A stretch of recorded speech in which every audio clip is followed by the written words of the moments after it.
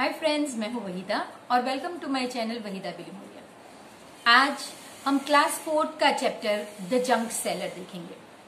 अब आप में से कोई ऐसे भी पेरेंट्स होंगे जो सोचते होंगे कि मैथ्स की बुक में जंक सेलर ये इंग्लिश टाइप टाइटल्स कैसे हो गए।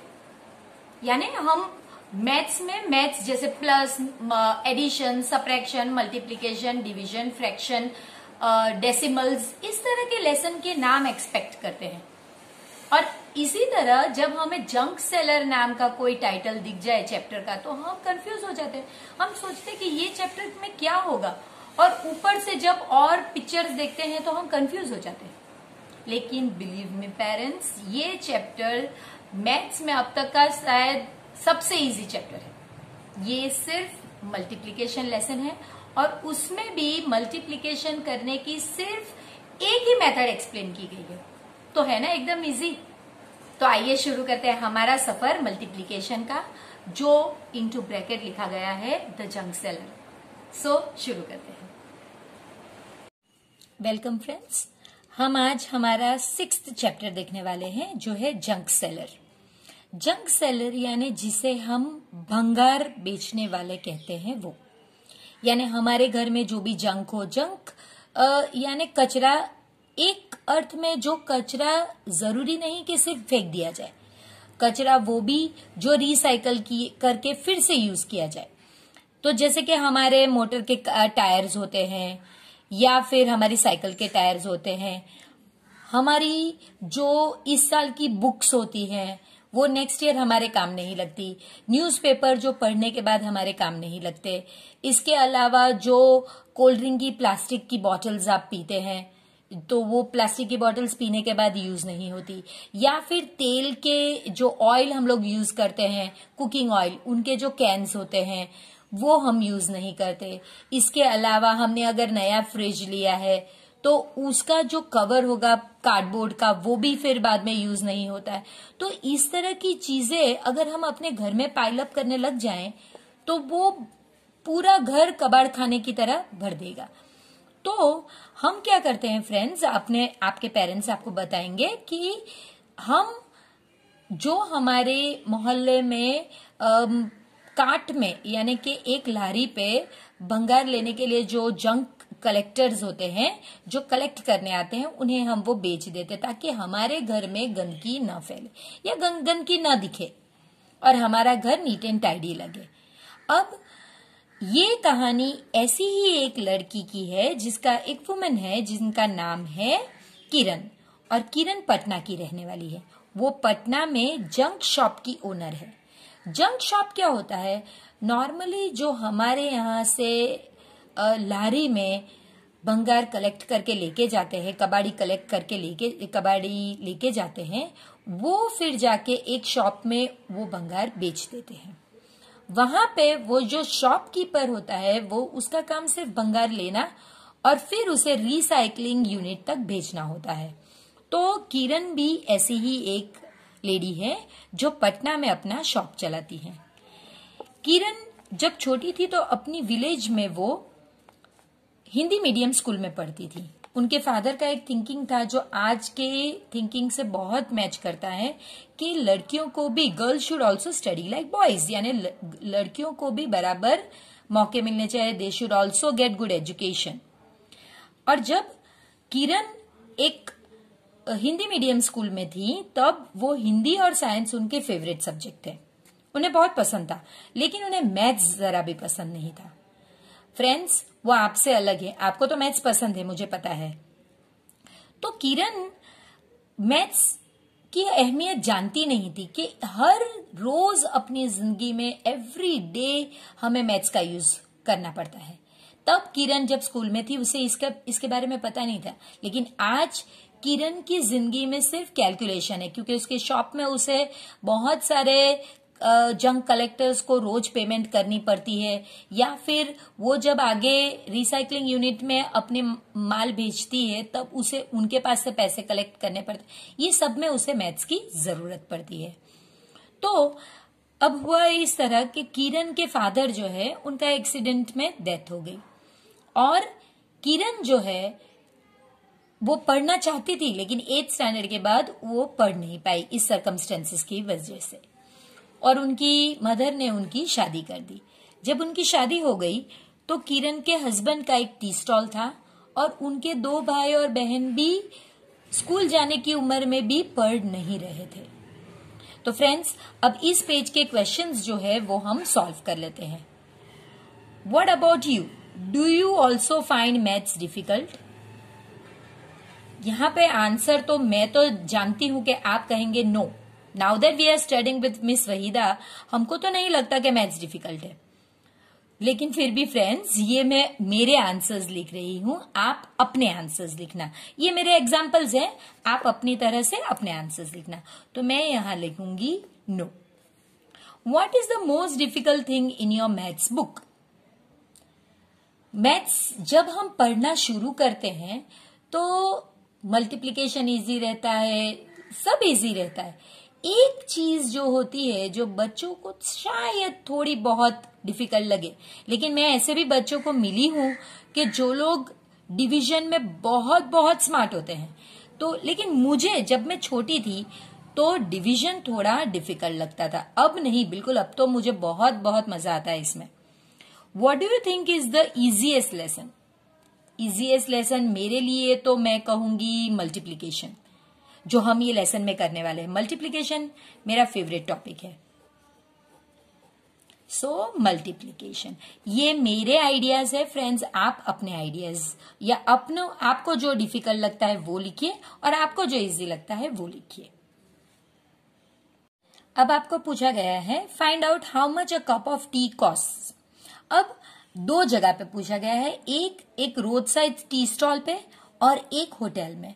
हम जानते हैं कि आज टी की प्राइस है, जब हम बोलते हैं प्राइस का मतलब कि करेंसी, तो जो इंडिया जिस कंट्री में हम रहते हैं उसकी करेंसी है रुपीस, और हमारे रुपीस का सिंबल है इस तरह से। तो हम लिखेंगे रुपीस 10 रुपी की हमारी टी होती है टी स्टॉल पे। जबकि अगर आप अच्छी होटल में टी लेंगे तो वो समवेयर अराउंड 30 to 35 होगी। आप अपने हिसाब से लिखिए। तो आप चाहे तो आप फाइंड आउट कर सकते हैं, अपने पेरेंट्स से पूछिए या अपने फ्रेंड से पूछिए और आप इसका प्राइस लिख सकते हैं। अब फ्रेंड्स है कि मैंने इसके आगे के सारे क्वेश्चंस जो हैं वो सॉल्व अलग पेपर में किए हैं, तो आप प्लीज अपनी टेक्स्ट बुक अपने साथ रखिए ताकि हम डिस्कस कर सकें। इससे पहले हम थोड़ा सा ये जान लेते हैं कि जब किरण को पता चला कि उनके हस्बैंड की इनकम बहुत कम है, तो उन्होंने सोचा कि मैं भी अपने हस्बैंड को हेल्प करती हूँ, और इसके लिए या तो मैं बैंगल शॉप खोल लूं या तो मैं एक टेलर शॉप खोल लूं, क्योंकि वो अपने हस्बैंड को हेल्प करना चाहती थी। क्योंकि ऑलरेडी उनके हस्बैंड के फैमिली में 2 और भाई और एक बहन भी थी, और वो चाहती थी कि वो तीनों पढ़े, इसलिए वो उनसे हेल्प करना चाहती थी। लेकिन उनके अंकल ने, किरण के अंकल ने उनसे कहा कि हम इससे ज्यादा पैसे, we can earn more if you open a junk shop. अब जब जंक शॉप शुरू करना चाहते हैं तो किरण ने सोचा कि जंक शॉप तो ऐसे तो शुरू नहीं कर सकते, किसी शॉप के लिए तो पैसे चाहिए। तो उन्होंने एक लोन ली। लोन ₹8,000 की उन्होंने शॉप चालू करने से लोन ली। लोन का मतलब है जब आपको पैसों की जरूरत हो और आपको कोई पैसे लेंड करे, लेंड यानी दे, उसके लिए वो थोड़े बहुत एक्स्ट्रा पैसे आपसे चार्ज करेंगे, लेकिन वो आपको पैसों की मदद करेंगे और आप उन पैसों से अपना काम चला सकते हैं। तो अब कहा जाता है कि आपने लोन ली है। इसके बारे में हम डिटेल में आगे देखेंगे। जो पहला क्वेश्चन है, if a person who runs a tea stall earns ₹30 a day, एक इंसान है जो 30 रुपीज एक दिन का अर्न करता है, how much will he earn in 10 days? पहले हमें ढूंढना है कि वो 10 days में कितना अर्न करेगा, और फिर हमें ढूंढना है कि वो मंथ में कितना अर्न करेगा। अब हम इसके लिए जो आगे के लेसन में ऑलरेडी हमने यूनिटरी मेथड देखी है उसके हिसाब से करेंगे। तो ये स्टेटमेंट हम लिखेंगे कि how much he earns 30 rupees in a day. A का मतलब है 1 डे, तो हम यहां से स्टेटमेंट लिखेंगे 1 day is equal to ₹30। So days के नीचे डे के नीचे डेज आएगा, so 10 days is equal to how much. अब ये जो डेज है आप देख रहे हैं ये इसके नीचे ही आना चाहिए, और जब दो नंबर इस तरह से स्टेटमेंट में क्रॉस में हो तो इनके बीच में मल्टीप्लीकेशन होता है 10 इंटू 30। अब ये क्विक मैथ्स है। क्विक मैथ्स में हम क्या करते हैं, ये जो जीरोज है इनको पहले लिख लेते हैं और फिर ये जो नंबर्स है इन्हें मल्टीप्लाई करते हैं। तो हमें मल्टीप्लाई क्या करना है, 1 3 ज़ा 3, और फिर ये 2 जीरो जो हमने अलग कर लिए थे वो लिख देने। So answer is ₹300। एक दिन में वो 30 रुपीज अर्न करते थे और 10 डेज में वो 300। अब आपको मंथ की कैलकुलेशन करनी है। आप जानते हैं फ्रेंड्स, कभी मंथ 29 डेज का होता है, कभी 28 डेज का होता है, कभी 30 डेज का होता है, कभी 31 डेज का होता है। लेकिन जब हमें जनरल आइडिया में अ मंथ कहा गया हो तो नॉर्मली हम 30 डेज से कैलकुलेट करते हैं। सो अगेन हम अपनी यूनिटरी मेथड ही करेंगे।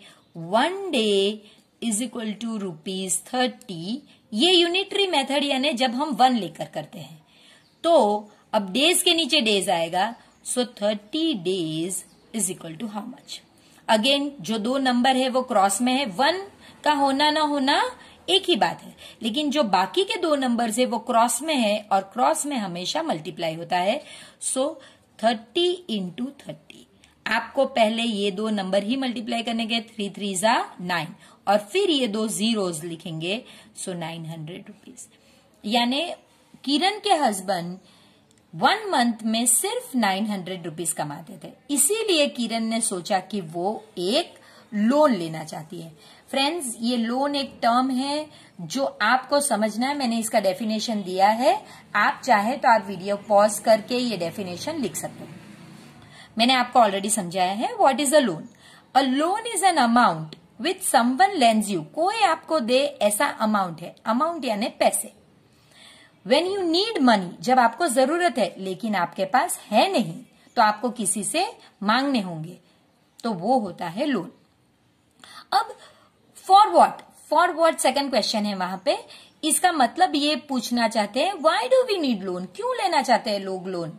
लोन के बगैर क्यों नहीं चल सकते? तो हम बहुत सारी ऐसी जगह पे देखते हैं जहां आप लोन लेते हैं, जैसे कि अगर आपको कार बाय करनी हो, स्कूटर बाय करना हो, हाउस बाय करना हो, या फिर एक छोटा सा बिजनेस, जैसे कि किरण को शॉप चालू करनी थी तो वो उसलिए लोन ली थी। कोई भी रीजन हो सकता है। अब इसके बाद का क्वेश्चन है, how much loan was taken? अब किरण के बारे में बात करें तो किरण ने 8000 रुपीज का लोन लिया था, but loan can be of any amount. आप जब कार खरीदने वाले हैं तो loan can be of 3 lakhs। जब आप घर खरीदने वाले हैं तो loan can be of 20 lakhs। जब आप सिर्फ एक छोटा स्टार्टअप करने वाले हैं तो लोन कैन बी ऑफ 50,000। तो डिपेंड करता है कि लोन 40,000 की भी हो सकती है, 2 लाख की भी हो सकती है, डिपेंड्स। अब how much money was paid back?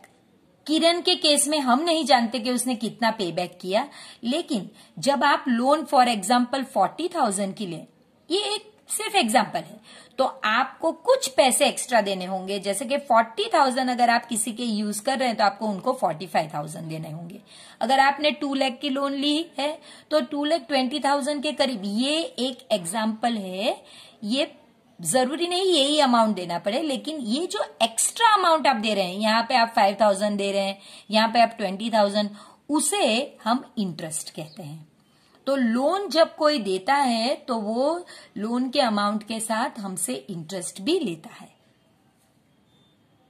इसके बाद फ्रेंड्स, वही पेज पे, पेज नंबर 61 पे आप देख सकेंगे 2 पिक्चर्स दिए गए हैं, एक हरिया का और एक बाबू का।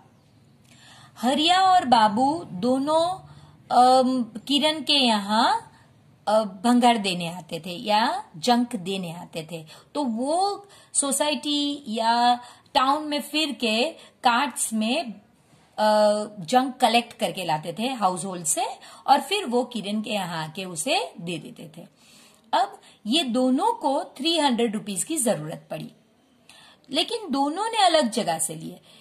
हरिया जो है वो लोन लेने के लिए बैंक में गया, 300 रुपीज की, लेकिन बैंक में गया, और हरिया ने बैंक ने उसे कहा कि ठीक है, आप बैंक से लोन तो लीजिए, लेकिन आपको 6 मंथ्स में वो पैसे वापस कर देने हैं।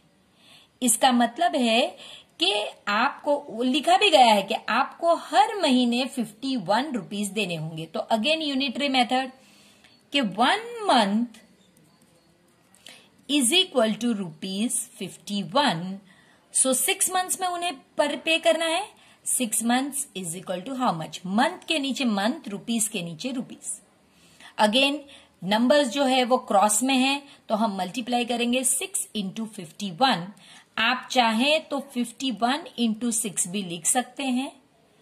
तो हम अभी 2 मेथड करेंगे, एक ये वाली मेथड जिसमें हम 51 इंटू 6 करेंगे, 6 1 जा 6, 5 6 जा 30। सो हमें पता चला 306, और क्वेश्चन मार्क क्योंकि रुपीस के नीचे है, हमारा यूनिट होगा रुपीस। ये हमारा आंसर, हरिया को बैंक को इतने पैसे 6 मंथ्स के अंदर देने हैं। अब आप यही मल्टीप्लीकेशन इस तरह भी कर सकते हैं।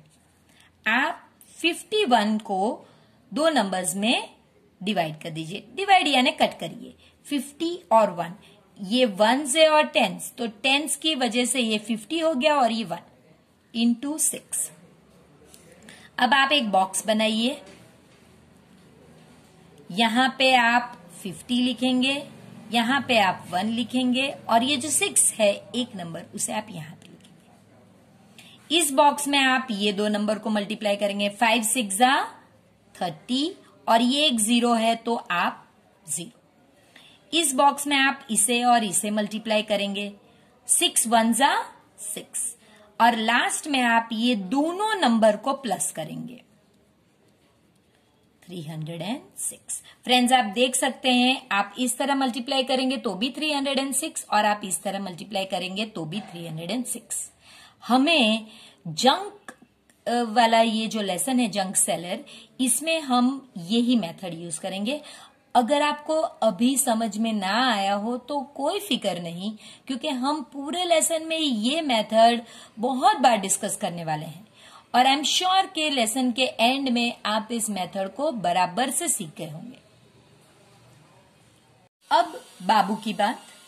बाबू जो है उसने भी लोन ली, लेकिन वो लोन लेने के लिए बैंक के पास नहीं गया, वो लोन लेने के लिए चुन्नीलाल के पास गया। चुन्नीलाल एक मनी लेंडर है। मनी लेंडर यानी वो एक आम आदमी है हमारे आपकी तरह, जो किसी को जरूरत हो तो पैसे दे सकता है, ही लैंड मनी।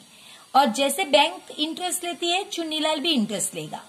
तो वो क्या कर रहा है, वो बाबू को कहता है कि आफ्टर 6 मंथ्स आपको एवरी मंथ पैसे नहीं भरने हैं, आपको 6 मंथ्स के एंड पे 360 रुपीज, यानी इसमें कोई कैलकुलेशन ही नहीं है, इसमें बाबू को 360 रुपीज भरने हैं। यहां पे तो 1 मंथ में इसे इतने 51 पे करने थे, तो 6 मंथ्स में कितना, इस तरह से कैलकुलेट करके आपको आंसर लाया। इसमें तो आपको स्ट्रेट बोल ही दिया गया है कि भाई आपको 360। क्वेश्चन ये है, हु पेड मोर। तो हम देख सकते हैं कि इसने ज्यादा, ये 306 रुपीज है, इसने 360, सो हमारा आंसर होगा बाबू हैड टू पे back more. Who paid more, तो बाबू हैड टू पे बैक मोर। आपको पूछा नहीं गया है कि हाउ मच मोर। अगर आपको पूछा गया होता तो आपको 360 में से 306 माइनस करना होता, लेकिन वो कब, जब पूछा गया होता है कि how much more he had to pay. लेकिन अभी वो पूछा नहीं गया है। अब हम स्टोरी को आगे बढ़ाते हैं। पीपल लाफ्ड, ये लोग जो हैं वो किरण पे हंस रहे थे। They laughed and teased. वो लोग सोचते थे कि to be a junk collector या to own a shop of like selling junk, तो वो एक गंदा काम है, गंदा काम या डर्टी बिजनेस। तो वो उन्हें पसंद नहीं था, लोगों को पसंद नहीं था। लेकिन किरण जानती थी कि ये आइडिया वर्क करेगा और उसकी फैमिली इससे बहुत बहुत राहत महसूस कर पाएंगी। अब किरण का घर जो वो शादी करके गई थी तब कच्चा घर था, अब उसका हाउस पक्का हाउस है। उसके घर में इलेक्ट्रिसिटी है, फ्रिज है, टीवी है, गैस स्टव है, और उसके हस्बैंड के ब्रदर्स और सिस्टर्स और किरण की डॉटर, ये सब अब स्कूल जाते हैं।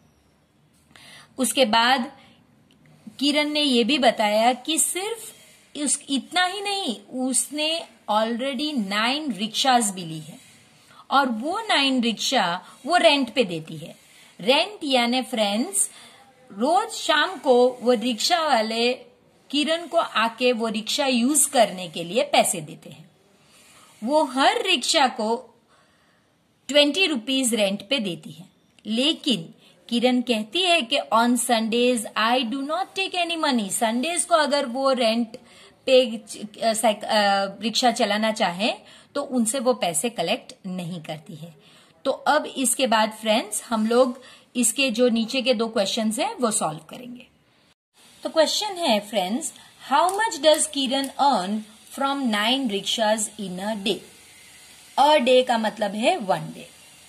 सो पहले हमें 9 रिक्शा है, हमें 1 रिक्शा का ही ढूंढना होगा। तभी 1 rickshaw is equal to ₹20 rent. एक रिक्शा का वो 20 रुपीज रेंट लेती है। तो 9 rickshaws is equal to how much. अब मैंने आपको बताया अगर नंबर क्रॉस में हो तो वो मल्टीप्लीकेशन होता है। सो आप 20 इंटू 9 लिख सकते हैं, या 9 इंटू 20। मल्टीप्लीकेशन में आप 9 मल्टीप्लाई बाई 20 लिखेंगे तो भी आंसर सेम ही है। पहले हम 9 टूजा करेंगे तो वो 18 होगा, और फिर ये जो 0 है इसे सिर्फ आपको पीछे ऐड कर देना है। और क्योंकि क्वेश्चन मार्क रुपीज के नीचे है, हम यहाँ पे रुपीज लिखेंगे। सो ये हो गया हमारा 180 रुपीज। उसका रेंट 1 डे का 9 रिक्शाज का 180 रुपीज है। यहां पे मैंने एक और मेथड भी रखी है, क्योंकि हमें दोनों मेथड बताई गई है टेक्स्ट बुक में। यहां पे उसकी 9 रिक्शाज थी। हमें पहले 20 रुपीज रेंट को 10 रिक्शाज, ये रिक्शाज 9 है उसकी जगह पे हमें 10 से मल्टीप्लाई करना है। तो आंसर आएगा 2 1s are 2, और ये 2 zeros आपको पीछे लगाना है, 200 रुपीज। तो वो 200, लेकिन हमने एक रिक्शा ज्यादा ले ली, उसकी तो 9 थी। तो अब इसमें से आपको 20 रुपीज जो है वो 1 रिक्शा के जो एक्स्ट्रा आपने ली थी उसे आपको सब्ट्रैक्ट करना है। 1 और यहां पे हो गया 10, 0 और 8 और 1, सो उसे 180 रुपीज। आप दोनों मेथड कर सकते हैं। इसमें आपको यूनिटरी मेथड है कि भाई 1 रिक्शा का रेंट इतना है तो 9 रिक्शाज का कितना, यहां से ही आपको पता चलता है। और यहां पे ये दिया गया है कि हमने 9 की जगह 10 से पहले कैलकुलेट कर दिया, और जो एक्स्ट्रा रिक्शा हमने काउंट कर ली थी 9 की जगह पे 10, यानी एक एक्स्ट्रा काउंट की थी, उसे आप सबट्रैक्ट कर दीजिए तो आंसर सेम आएगा। So for 9 rickshaw she will earn ₹180। How did you do it? तो हमने बता दिया कि भाई हमने इस तरह से किया। अगर कैसे किया तो हमने दोनों मेथड वहां पे बता दी। अब जो ट्रिकी पार्ट है वो ये है, इन अ वीक। अब नॉर्मली वीक का मतलब होता है 7 डेज। तो हम लिखेंगे 1 डे ₹180। वो तो 180 अर्न करती है ना एक दिन में, तो 1 डे का 180, तो 7 डेज का कितना? सो मल्टीप्लीकेशन होगा 180 इंटू 7। आपको फ्रेंड्स मल्टीप्लाई सिर्फ 18 और 7 ही करना है, और फिर जो 0 है वो आपको ऐड कर देना है। सो 18 इंटू 7, 6512, सो 1260 रुपीज। ये आपका आंसर है।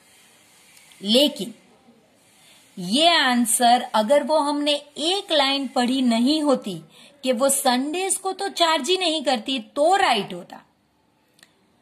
लेकिन किरण तो संडेज को रिक्शा का चार्ज ही नहीं करती, इसलिए किरण के लिए जो वीक है वो 6 डेज का है। किरण का वीक 6 डेज का है, क्योंकि 7th डे को तो वो चार्ज ही नहीं करती। तो यहां पे 1 day is equal to ₹180, 6 days is equal to how much? Cross multiply 180 into 6, 18 into 6, 8410, 108, और फिर ये 0 आपको लगाना है। सो किरण इतना अर्न करेगी, ना कि इतना। चलिए फ्रेंड्स, अब हम पेज नंबर 63 पे do it mentally and right the answers देखेंगे। इसमें थोड़े सिंपल हैं, जो मेंटली ऐसे ही आप माइंड में थिंक करके आंसर्स लिख सकते हैं, और थोड़े ऐसे हैं जिसमें आपको कैलकुलेशन करना पड़ेगा। तो हम स्टार्ट करते हैं। 2 मल्टीप्लाइड बाय 6, तो आपको पता है 2 6 आर 12। 20 इंटू 6 आपको पता है सिर्फ नंबर को मल्टीप्लाई करना है। 2 6 आर 12, और फिर ये जो 0 है वो फिर पीछे लगा देना है। इसके बाद है 2 60s आर, यहां पे भी 2 6 आर ही करना है, और फिर ये 0 पीछे लगाना है। इसी तरह 4 मल्टीप्लाई बाय 80, 4 8 32, और ये 0 पीछे लगेगा। यहां तक एकदम सिंपल था फ्रेंड्स। अब जो है वो बहुत इंटरेस्टिंग है। अब 3 मल्टीप्लाई बाय 42, इसे हम ब्रेक नहीं कर सकते, लेकिन 42 को हम ब्रेक कर सकते हैं 40 प्लस 2। अब 3 जो है नंबर वो हम यहां लिखेंगे, ये 40 हम यहां लिखेंगे, और ये 2 हम यहां लिखेंगे। अब इस बॉक्स में हम 3 और 40 को मल्टीप्लाई करेंगे। सो आपको पता है 3 4 कितना होता है फ्रेंड्स? 12, और एक 0। आप यहां पे 3 इंटू 40 कर रहे हैं। यहां पे आप क्या करेंगे? यहां पे आप 3 इंटू 2, ये बॉक्स में ये और ये 2 चीज ही आएगी ना। सो 3 मल्टीप्लाई बाई 2, आंसर कितना होगा? 6।